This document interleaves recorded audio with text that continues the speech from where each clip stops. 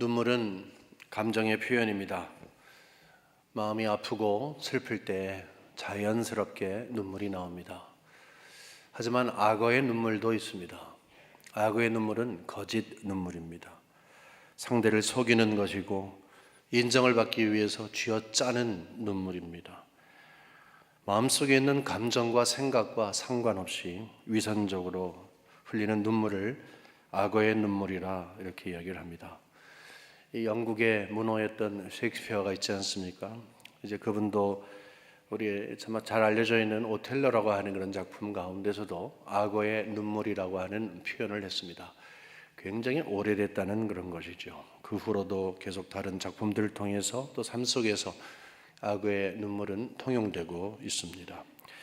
오늘 본문에도 악어의 눈물이 나옵니다. 이스라엘 백성들이 하나님 앞에서 악어의 눈물을 흘렸습니다. 거짓된 눈물을 흘린 것입니다.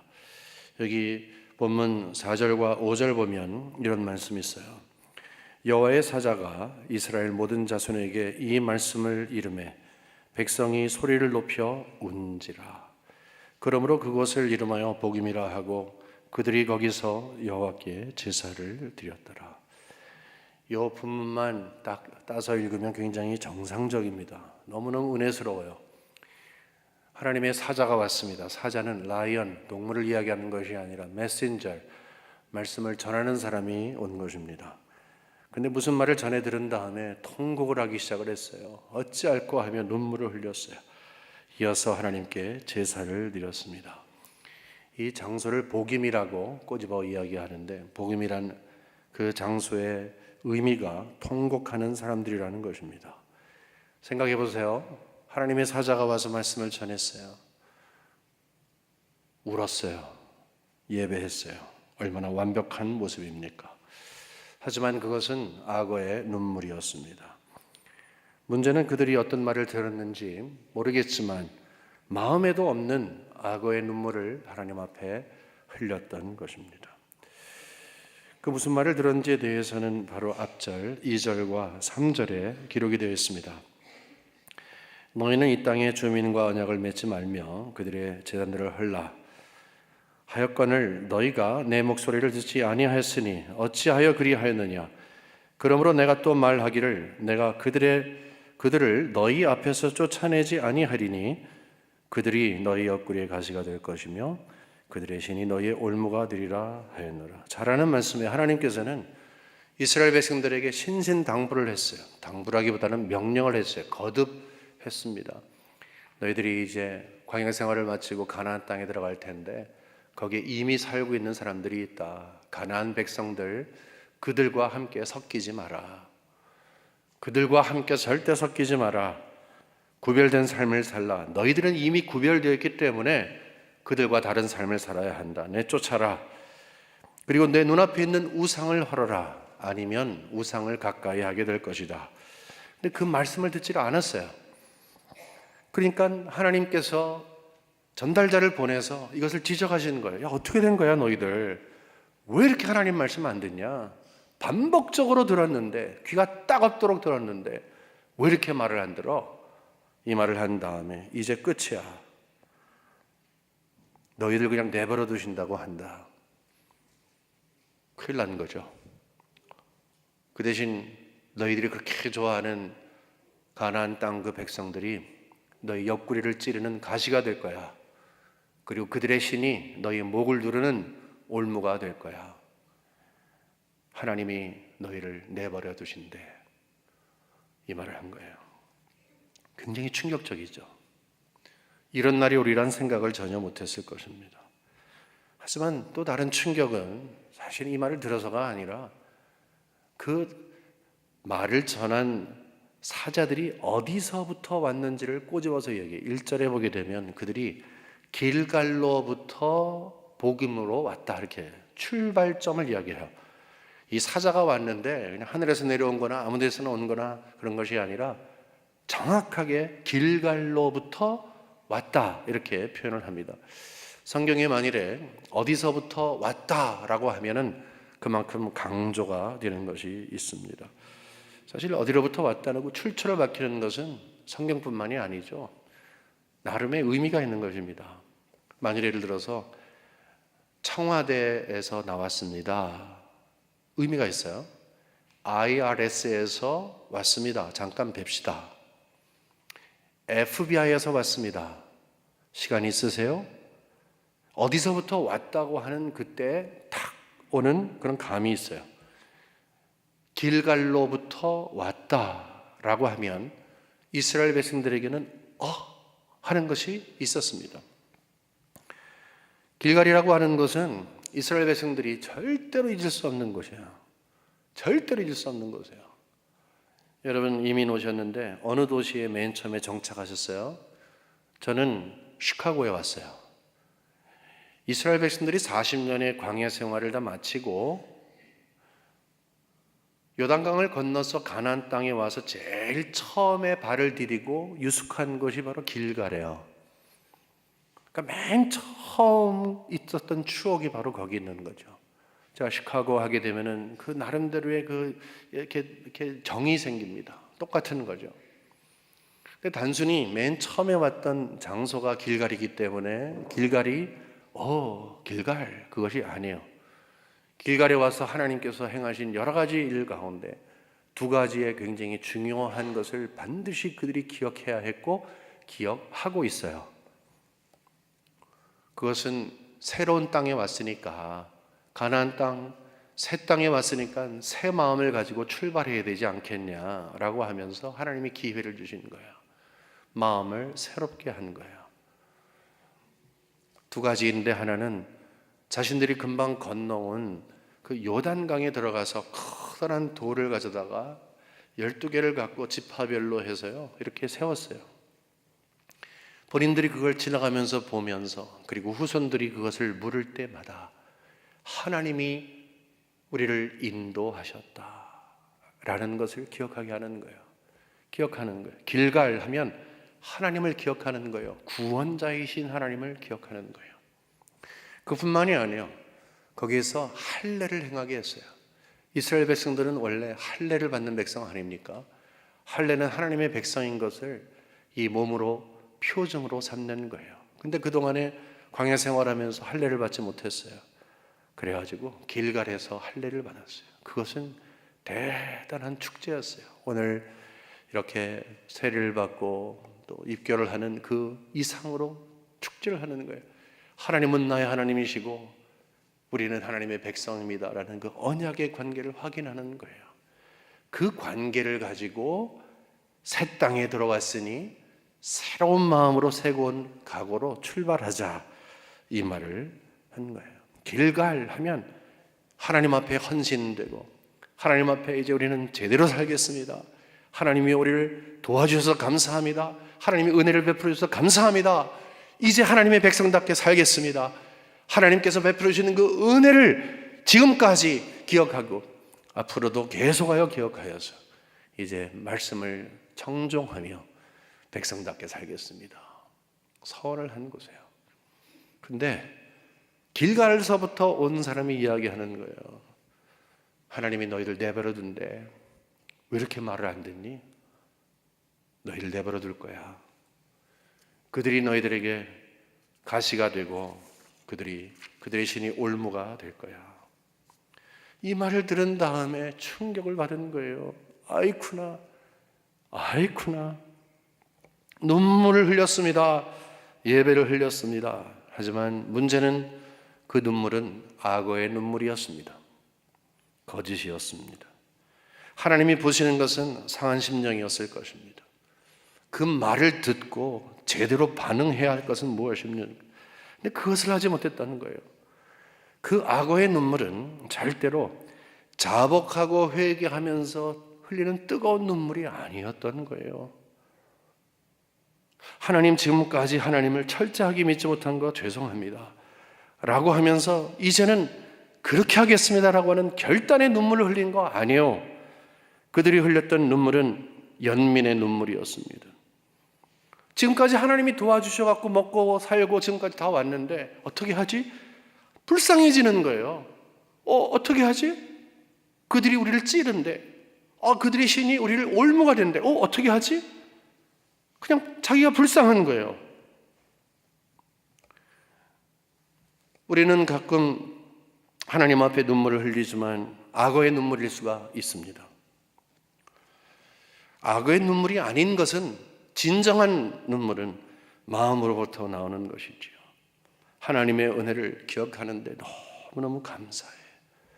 하나님의 은혜, 모든 것이 하나님의 은혜입니다. 마음의 감동을 받아서 하나님의 은혜를 생각하면서 주르르 흐르는 그 눈물, 그거는 진실된 눈물이죠.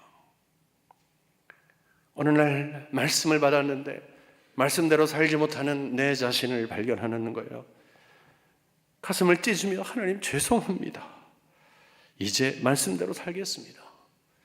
회개하면서 흘리는 눈물. 여러분, 그런 경험 언제 하셨어요? 마지막으로 이런 뜨거운 눈물, 사실적인 눈물을 하나님 앞에 흘리며 기도했던 기억이 있으십니까?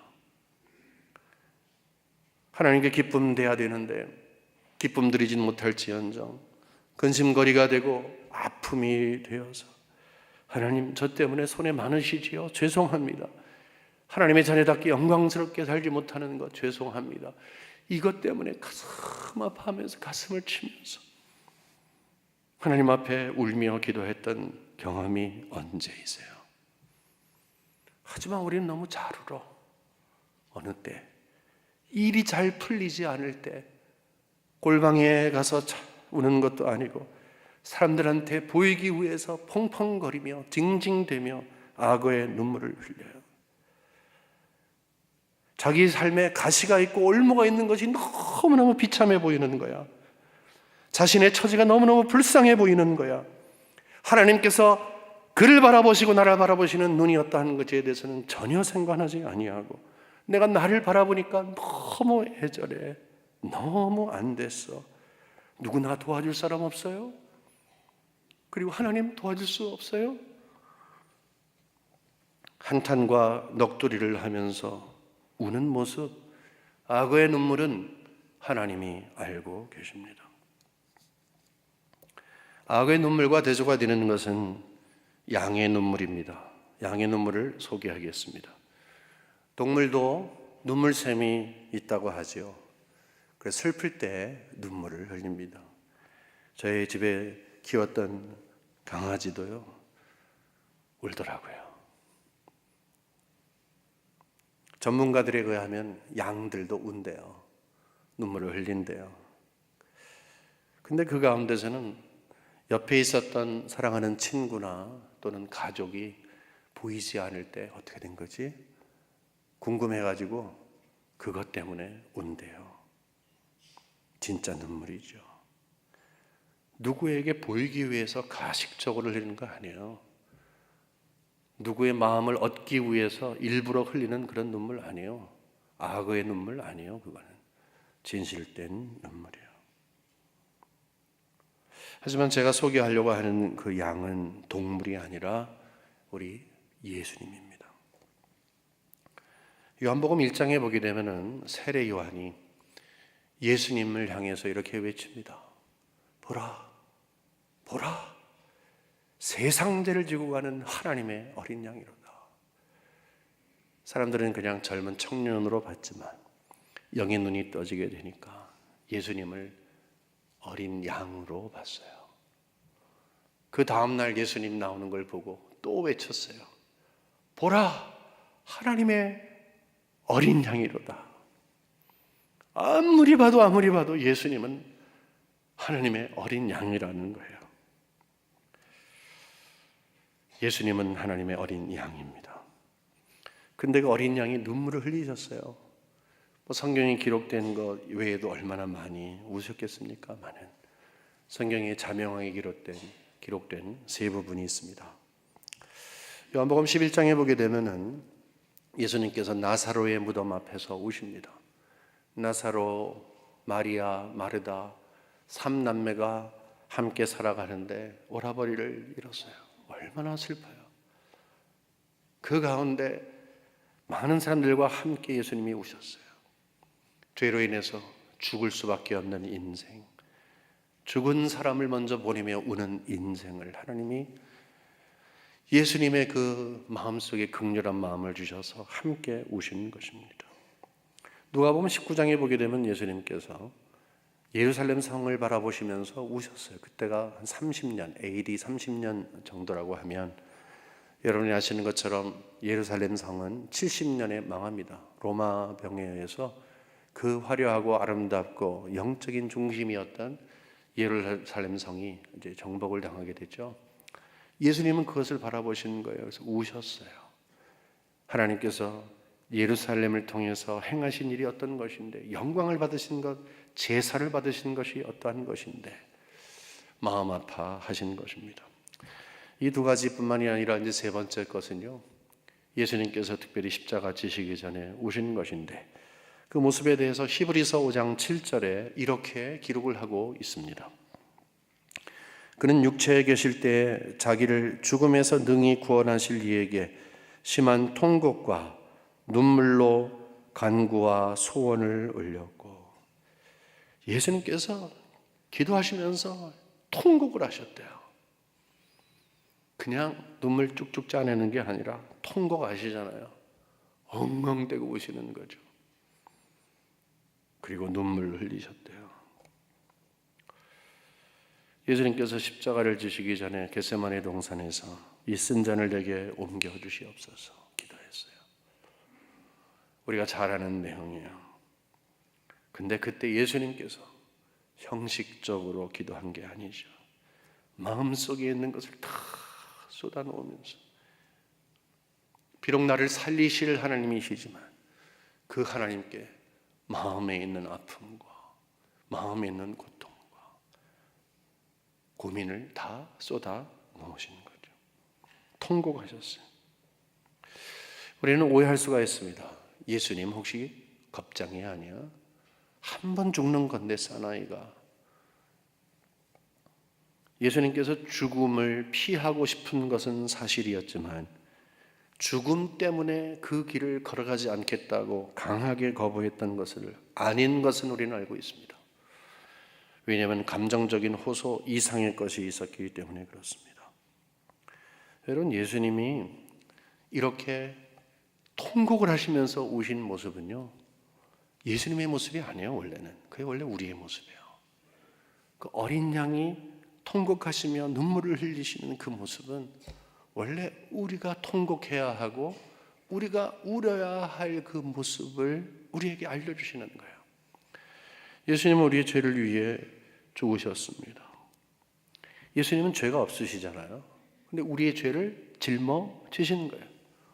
그 순한 어린 양이, 죄가 하나도 없는 무흠한 그가 우리의 죄를 엄청 쓰니까 그 죄로 인해서 갖고 있는 고통이 엄청나게 컸던 것이죠. 그가 고통을 받고 우리를 구원해 주신 이유는요, 우리가 그렇지 않으면 계속해서 우리는 그가 흘렸던 눈물, 그가 크게 소리를 지렀던 통곡이 우리에게 지속되기 때문에 그런 거예요. 그가 그렇게 통곡하시고 기도하시고 죽으심을 통해서 우리가 해야 할 것을 중단하게 하시는 것입니다. 양의 눈물은 거짓, 남에게 보이려고, 환심을 살려고 우는, 그리고 자기를 연민해서 우는 악어의 눈물과 비교가 됩니다. 정반대입니다. 오늘은 종려주일입니다. 내일서부터 고난주간이 시작이 됩니다. 그리고 잠시 후에는 성찬식이 있습니다. 우리는 이 중요한 시점에서 무엇을 생각할까? 하나밖에 없어요. 예수님의 십자가이죠. 예수님의 십자가의 복음은 매일매일 우리가 기억하고 매일매일 전해 듣고 매일매일 확인하고 매일매일 우리가 살아가야 하는 그 중심에 있지만, 적어도 이 중요한 이 시점에는 우리는 예수 그리스도의 십자가에게 초점을 맞춰야 하는 것입니다. 왜 예수님이 십자가에 돌아가셔야 됐지? 우리 너무 잘 알아요. 우리 아담의 죄가 그게 아니라 한번 십자가를 새로운 각도에서 1:1의 관계에서 한번 묵상해보자고 하는 거예요. 우리가 얻어야 할 답이 바로 이거예요. 가르쳐 드릴게요. 나 때문에요. 나 때문에. 예수님이 저렇게 돌아가신 것은 나 때문에요. 내가 통곡해야 하는데 그 통곡을 중단하게 하기 위해서, 내가 흘려야 할 눈물이 있는데, 내가 받아야 할 고통이 있는데, 바로 그것 때문에 예수님이 대신 십자가를 지시는 것이죠. 나는 누구예요? 나는 누구예요? 이거 고백해야 돼요. 악어의 눈물을 흘리는 나예요. 내가 하나님 앞에 눈물을 흘려도 악어의 눈물을 흘리는 나, 정말로 잡아가고 회개하고 결단하지 못하고 나를 바라보고 연민의 눈물을 흘려야 되는 나, 예수 믿은 후에도 그러한 삶을 사는 나, 영적으로 무감각한 나, 눈물? 그런 게 어디 있어? 신앙생활은 기쁜 거야. 눈물이 메말라버린 나. 마태복음 11장 16절 17절 보면 우리에게 우리가 누구인지를 알려줍니다. 이 시대를, 이 세대를 무엇으로 비유할까? 비유하건대 아이들이 장터에 앉아 제 동물을 불러 이르되 우리가 너희를 향하여 피리를 불어도 너희가 춤추지 않고 우리가 슬피 울어도 너희가 가슴을 치지 아니하였다 함과 같도다. 뭐예요? 여기에 뭐가 들어가 있어요? 무감각한 거예요. 슬픈데 눈물이 없어요. 마음에 감동이 없어요. 너는 너고 나는 나예요. 예수 그리스도의 십자가에서 흘리신 그 피는, 그 절규는 그분의 것이고 나는 나예요. 이 시대에 살고 있는 우리의 모습은 마음이 굳어 있어요. 예수님이 눈물 흘렸으니 땡큐, 거기에 끝나는 거예요. 우리에게는 마음의 요동이 없어요. 우리에게는 눈물이 없어요. 우리는 그냥 악어의 눈물을 흘리는데 급급하는 거예요.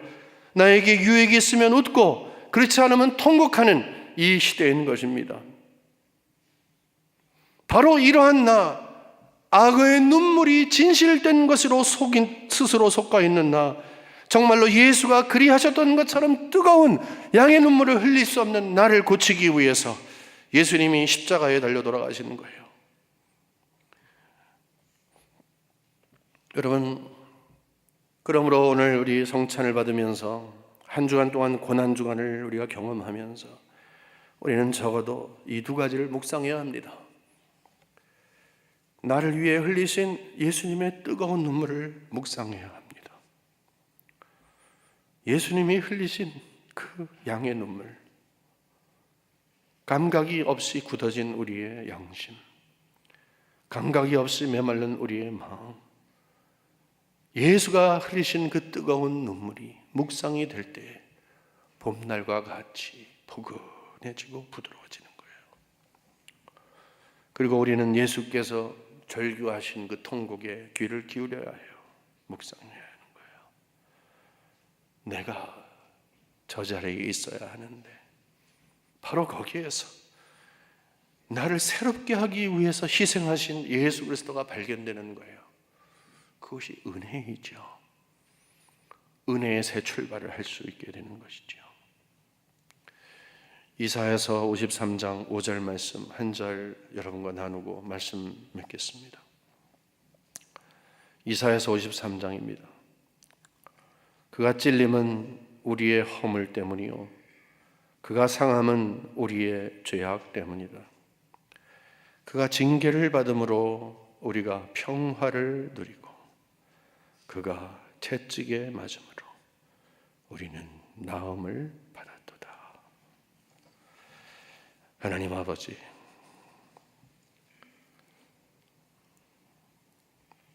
이미 은혜를 받은 저희들이지만 망각합니다.